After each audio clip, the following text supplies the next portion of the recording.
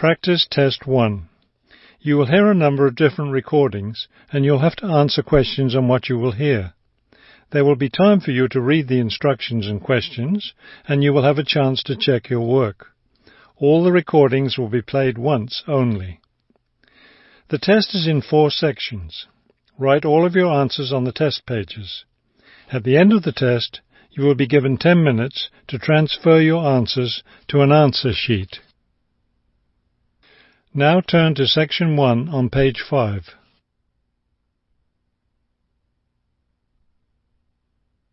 Section 1. You will hear a man asking for information about language classes over the phone. First, you have some time to look at questions 1 to 4 on page 5.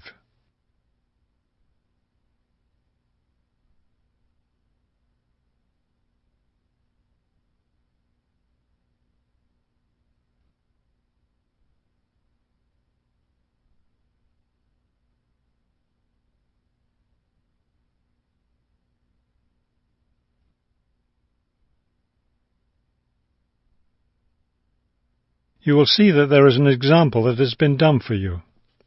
On this occasion only, the conversation relating to this will be played first.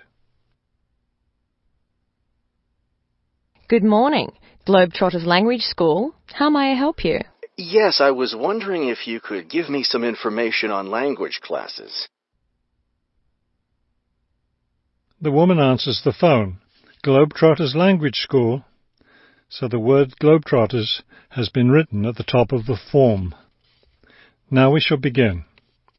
You should answer the questions as you listen, because you will not hear the recording a second time. Listen carefully and answer questions 1 to 4. Good morning, Globetrotters Language School. How may I help you? Yes, I was wondering if you could give me some information on language classes. Certainly. What language are you interested in studying? Well, that's the thing. I'm interested in learning Japanese, but I'd also like to improve my Chinese. I don't know which to study right now. Maybe the class schedule will help you decide. Did you want to study in the morning, afternoon, or evening? I work in the evenings, so mornings or afternoons would be best. Then that decides it for you. We offer an advanced Chinese class, but it meets on Wednesday and Friday evenings. I couldn't do that. When do the Japanese classes meet? We have beginning Japanese on Tuesday and Thursday mornings. No, wait, that's intermediate Japanese. Which level do you want? Advanced? No, beginning, definitely. I know some Chinese and some French, but I'm a real beginner with Japanese. Well then, are you free Monday, Wednesday and Friday mornings? That's when the beginning Japanese classes meet. We also have intermediate French on Friday mornings. I could do those mornings, but I'd prefer afternoon. Don't you have anything in the afternoon? We have intermediate Japanese class on Wednesday and Friday afternoons. I really need a beginner class, so I'll take the morning Japanese class. Could you give me an idea of the cost? What would be the tuition for the Japanese class? Before you hear the rest of the conversation, you have some time to look at questions 5 to 10 on page 5.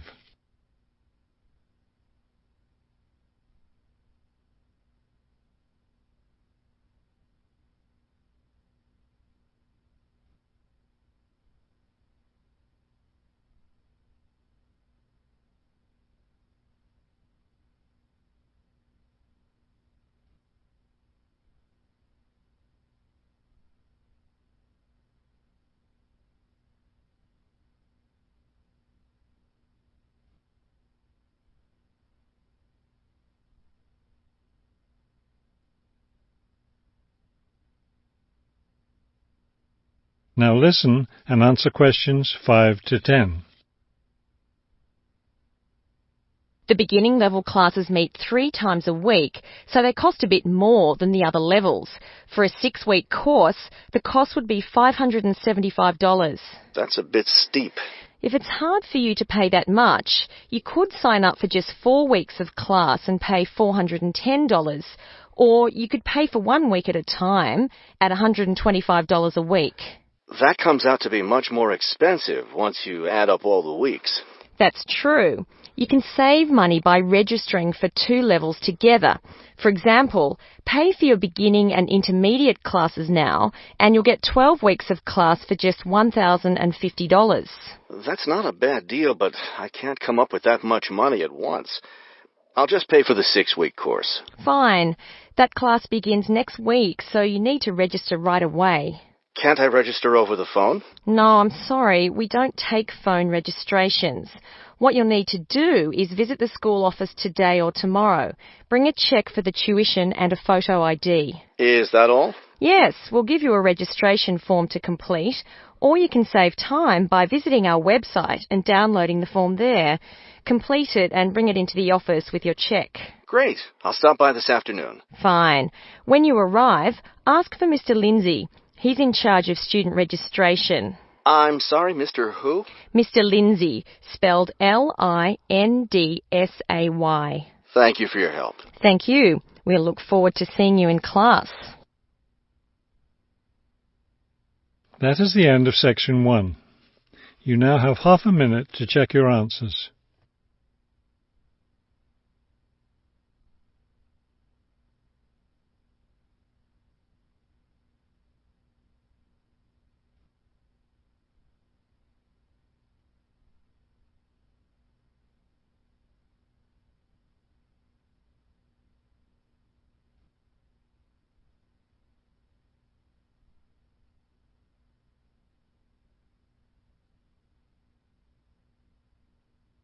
Now turn to Section 2 on page 6.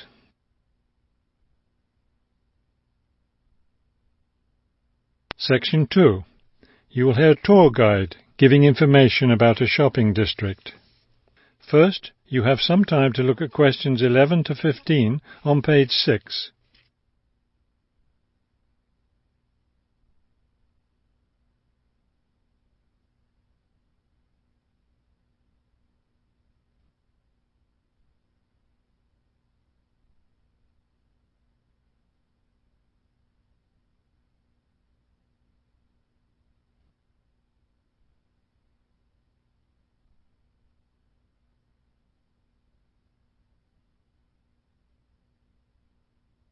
As you listen to the first part of the talk, answer questions 11 to 15.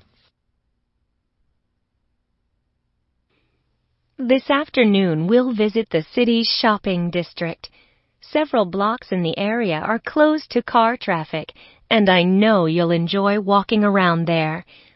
I'd like to give you an overview of the district now, since you'll be on your own once we get there. You'll see on this map here that the shopping district consists of 2 streets, Pear Street, which runs north and south, and Cherry Street, which crosses Pear Street right here. Let's start our tour here on Pear Street, where the star is. This star marks the Harbor View Bookstore. It's very popular among locals as well as tourists. You can buy a range of books of local interest, as well as a variety of magazines and newspapers. It's directly across the street from the city library, which is also worth a visit. It's in one of the oldest buildings in the city and contains, among other things, an interesting collection of rare books. Now, moving up Pear from the bookstore toward Cherry, the next building on the left is the Pear Cafe. You'll notice it's right on the corner of Pear and Cherry Streets. It's a great place to relax while enjoying a delicious cup of coffee or tea. You can talk with friends or read quietly. They have a variety of books and magazines available.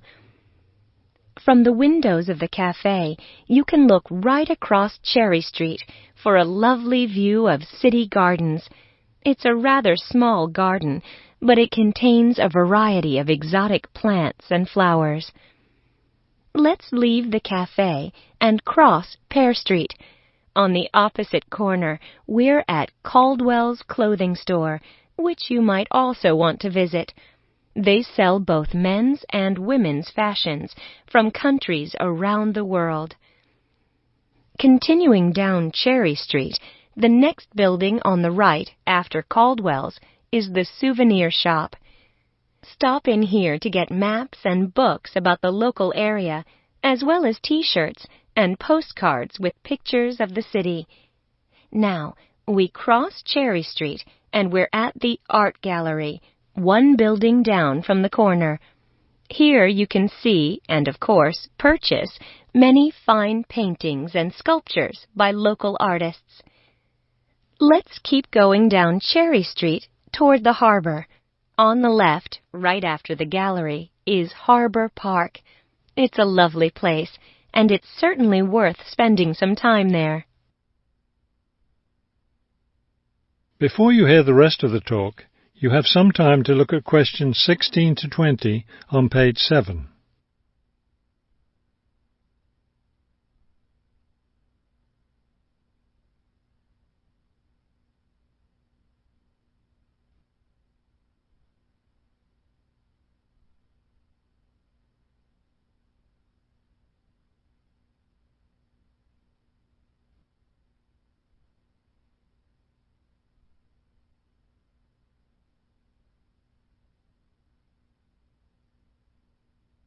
Now listen and answer questions 16 to 20.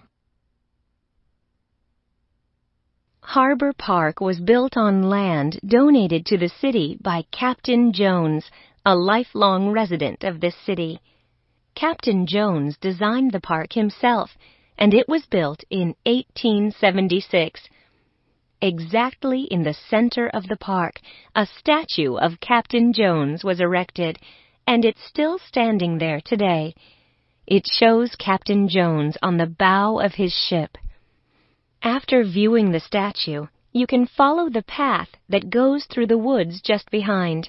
It will lead you to a lovely garden, in the middle of which is a fountain. This is a nice place to enjoy a few quiet moments. If you still feel like walking, continue on to the far end of the garden. There, you'll find a wooden staircase, which will take you down to the harbor. You might enjoy the view of the boats from there. There's also a walking path along the water, which will eventually bring you back up to Cherry Street. You can see that there's plenty to do in this part of the city. The bus leaves at 1:30. That is the end of section 2. You now have half a minute to check your answers.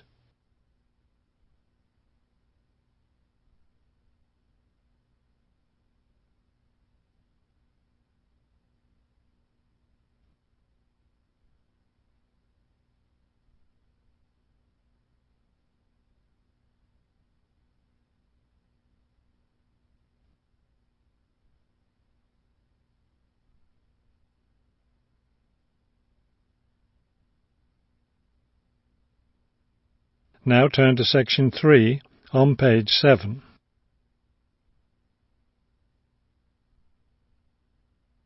Section 3. You will hear a conversation between a university student and a librarian about using the city archives. First, you have some time to look at questions 21 to 24 on page 7.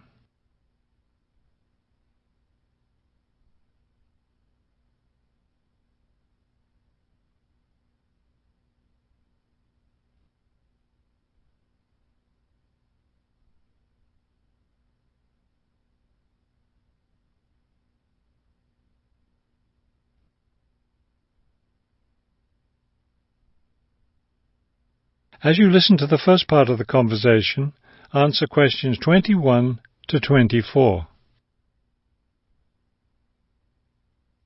Hello. I was wondering if you could give me some information about using the archives? I'd be happy to. Are you a resident of the city? Actually, I live just outside the city, but I study at the university downtown. That's fine. All you need to do is show your university identification card, and you can use the archives at no charge, as long as your ID card is current, of course. Yes, it's valid. So I don't have to pay anything? No, city residents pay an annual fee, but students can use the archives for free. Everyone else needs to get special permission from the director, but that doesn't apply to you, of course. Oh, good. I was also wondering about the schedule. I have classes every day, Monday through Friday, and I also have a part-time job, so I could really only use the archives on weekends. That's not a problem at all. We're open all weekend. Actually, the only day we're closed is Monday, so you can come any day, Tuesday through Sunday. Are you open in the evenings? Yes, we're open from 9:30 in the morning until 8:30 in the evening. That will fit my schedule well. Before you hear the rest of the conversation, you have some time to look at questions 25 to 30 on page 8.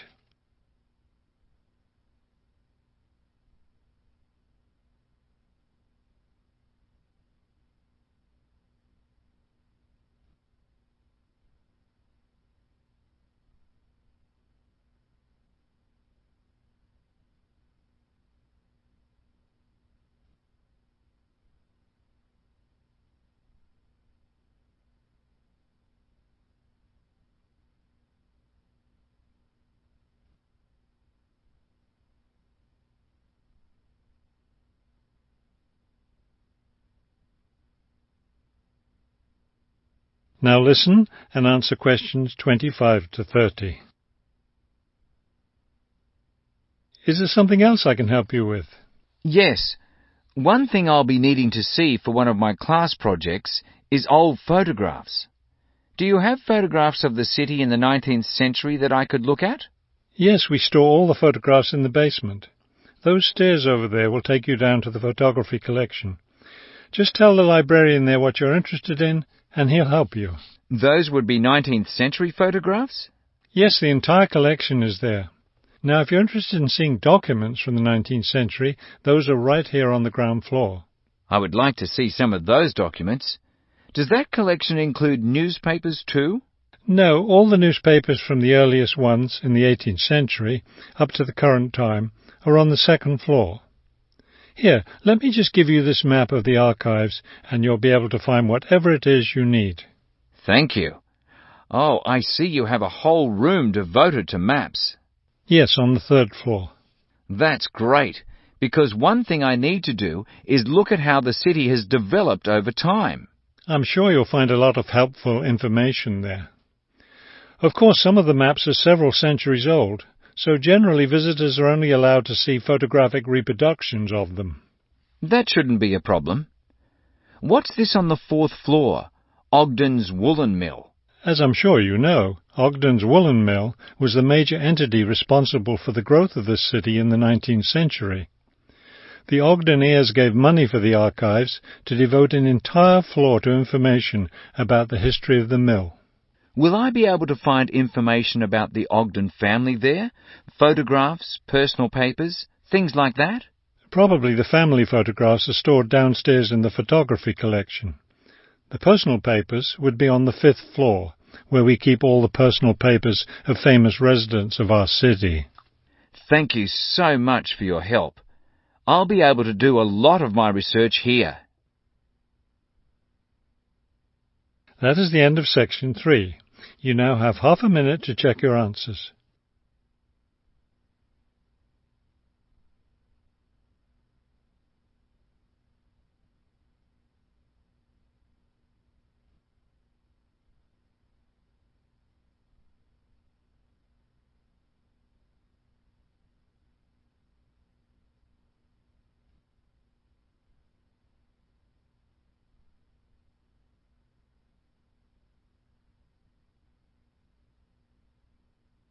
Now turn to section 4 on page 8.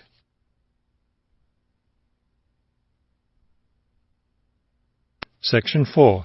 You will hear a lecture about wind energy. First, you have some time to look at questions 31 to 33 on page 8.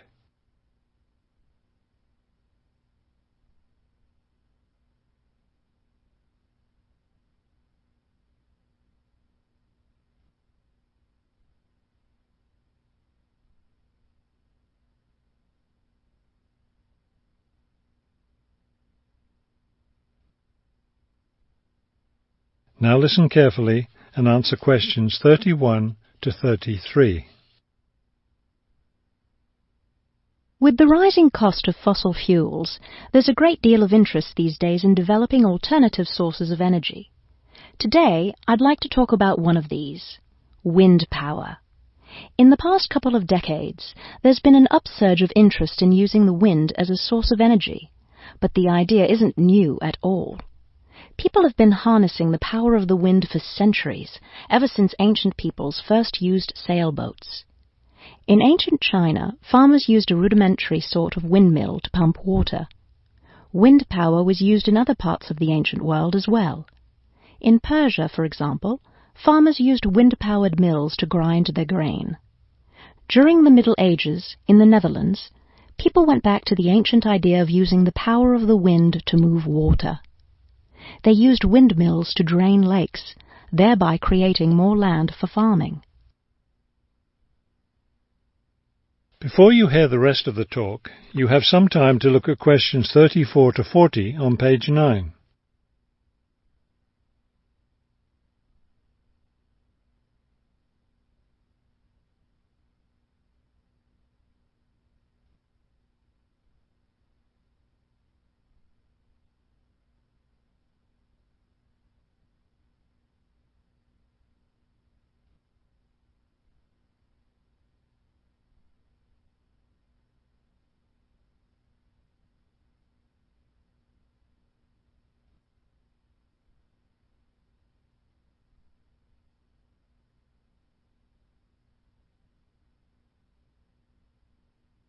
Now listen carefully and answer questions 34 to 40.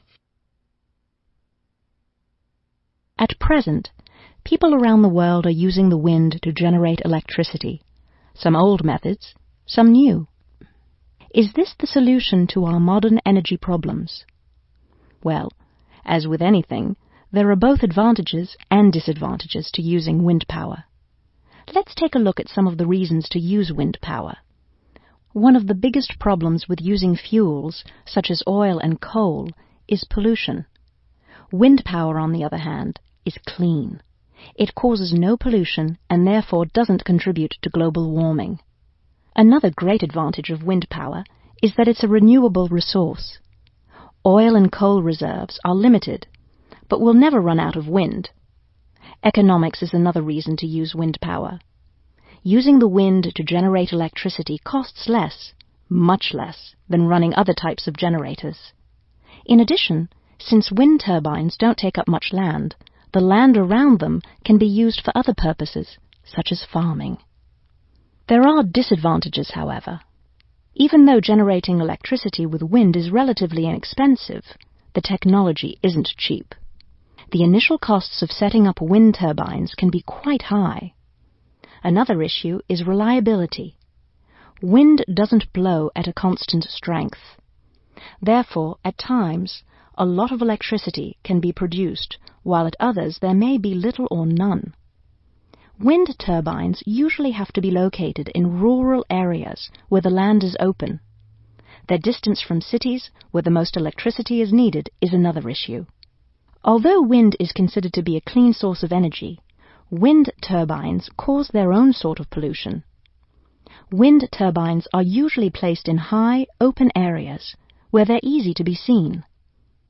Rural residents often feel that the beautiful local scenery is spoiled by the sight of the wind turbines. In addition, wind turbines aren't quiet. In fact, one wind turbine can produce as much noise as a car traveling at highway speeds. That is the end of section 4. You now have half a minute to check your answers.